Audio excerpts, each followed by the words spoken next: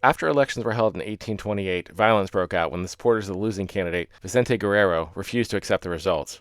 The winner of the election, Gomez Pedraza, attempted to use the violence to justify arresting and prosecuting the opposition, but this led to a popular uprising in the capital, causing the president to have to flee the country, and ironically allowing Guerrero to take power.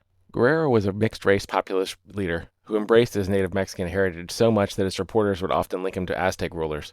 In his inaugural address, he said, quote, "The representatives are to be found in all classes of the people, and the true titles of superiority, the only ones that cause distinction and preference, are discovered where talent and virtue appear." He said his administration, quote, "is obliged to procure the widest possible benefit and apply them from the palace of the rich to the wooden shack of the humble laborer." He abolished slavery, which at the time was only practiced in one Mexican province, Texas.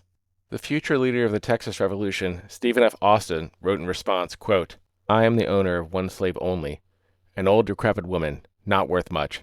But in this matter, I should feel that my constitutional rights as a Mexican were just as much infringed as they would if I had 1,000. His government also passed federal taxes to address the debt and raise funds, but these taxes were more or less universally ignored by all of the various states. His vice president, Anastasio Bustamante, organized a coup against Guerrero by uniting his opposition and installed himself as president in February of 1830. This new government outlawed further American expansion into Texas, where American settlers had been moving, and sent forces to Texas to build a series of forts to prevent further incursions by American settlers and deter the growing separatist movement there.